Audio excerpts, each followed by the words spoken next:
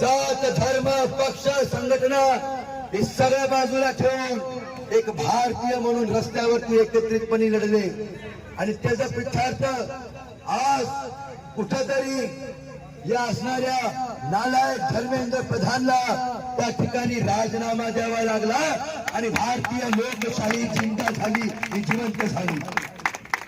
अनेक तरुणांवरती केसेस झाल्या, अनेकांना डिटेन करण्यात आलं, मानसिक त्रास देण्यात आला, पण त्या सगळ्या तरुणांसाठी आजचा दिवस म्हणजे लोकशाहीची दिवाळी आहे। त्या सगळ्या तरुणांना, त्या सगळ्या युवा क्रांतिकाऱ्यांना जे भगतसिंग होऊन लढले, जे चंद्रशेखर होऊन लढले, जे मौलाना अब्दुल कलाम आझाद होऊन लढले, जे डॉक्टर बाबासाहेब आंबेडकर, छत्रपती शिवाजी महाराज होऊन लढले, त्या सगळ्या तरुणांना माझा क्रांतिकारी स्वाभिमानी जय बोल।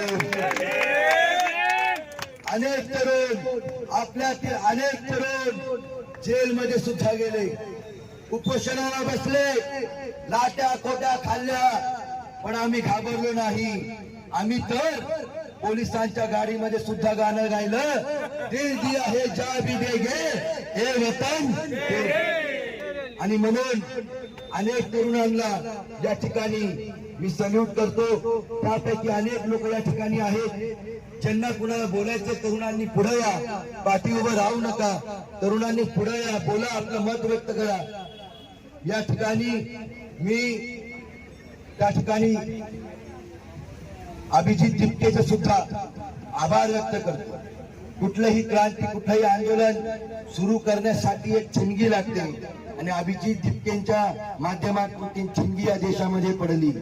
सुप्रीम कोर्टाच्या जजनी या तरुणांना कॉक्रोच म्हटलं, पण आज ते कॉक्रोच बीजेपीच्या गोठ्यामध्ये घुसून त्या मंत्र्याला खाऊ लागले आणि त्याला त्या ठिकाणी राजीनामा द्यावा लागला।